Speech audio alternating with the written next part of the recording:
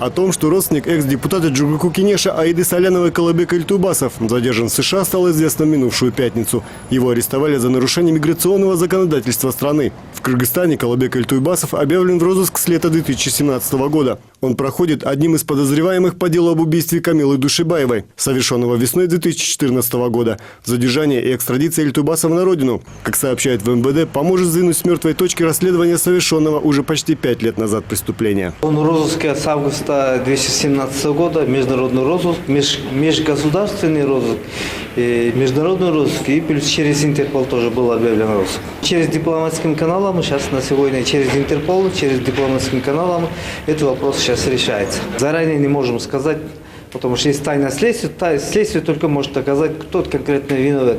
Но единственное, он сказал, что после возвращения многие вопросы будут доступны для всем, потому что сейчас без конкретного подозреваемого, без конкретного свидетеля следствие не может точки. В свою очередь, родственница Эльтубасова, экс-депутат Джугурку Кенеша и экс-генпрокурора Аида Солянова, считает, что для обвинения в воспрепятствовании ведению следствия по делу об убийстве 19-летней Камилы Душибаевой нет никаких оснований. По ее словам, убийство Душибаевой используют в политических целях. При этом настоящего убийцу девушки никто не ищет. Аида Солянова напомнила, что из свидетеля в подозреваемого по этому делу ее родственник превратился при министре внутренних дел Улане Исраилове.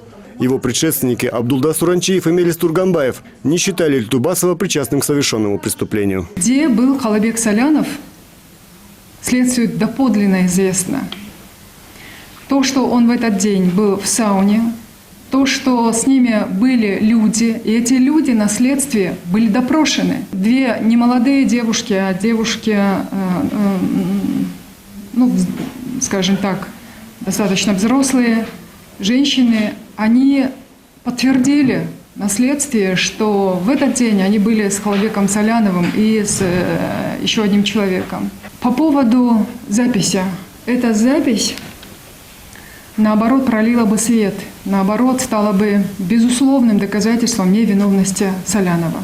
По словам Соляновой, единственное, на чем строится обвинение, это показания работника сауны о том, что по просьбе Эльтубасова он стер видеозапись, где видно, что накануне убийства девушки они были вместе. Однако, по словам журналистки Эльнуры Алкановой, которая провела свое расследование обстоятельств дела, позже этот работник признался в том, что такое заявление он сделал под давлением, проведя перед этим 48 часов в СИЗО. Действительно ли просил Калабек Солянов его удалить видеозапись? Он сказал, что таких показаний он не давал. Он подробно рассказал, почему он удалил запись. Потому что это неэтичная съемка. Он каждый раз после того, как бухгалтерию закрывает, он удаляет видеозаписи. Тогда почему следствие говорит, что возбуждено уголовное дело в отношении Калабека Солянова, потому что он воспрепятствовал следствию, потому что он попросил удалить.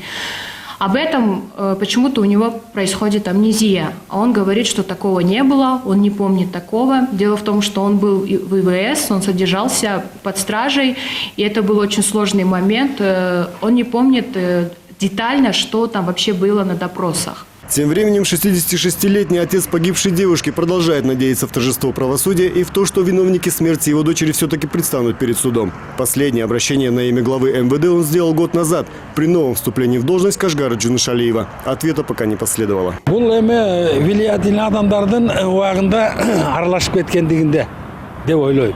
Какие-то большие люди, видимо, были замешаны в свое время в этом деле. Если бы простые были, за несколько дней нашли бы. В наше время это очень легко узнать, куда пошел, какой дорогой. У нее телефон был с собой. Куда она ходила, с кем говорила. Все это же очень легко установить. Кому-то просто это очень невыгодно, чтобы правда всплыла наружу. Напомним, убийство при загадочных обстоятельствах 19-летней Камилы Душибаевой произошло 10 марта 2014 года. Под свой личный контроль это дело брали два бывших министра внутренних дел – Мелис Турганбаев и Кашгар Джунушалиев. В ходе расследования было допрошено более 400 свидетелей. Несмотря на широкий общественный резонанс, это убийство не раскрыто до сих пор. Болт Исаев, Диас Акимбаев, НТС.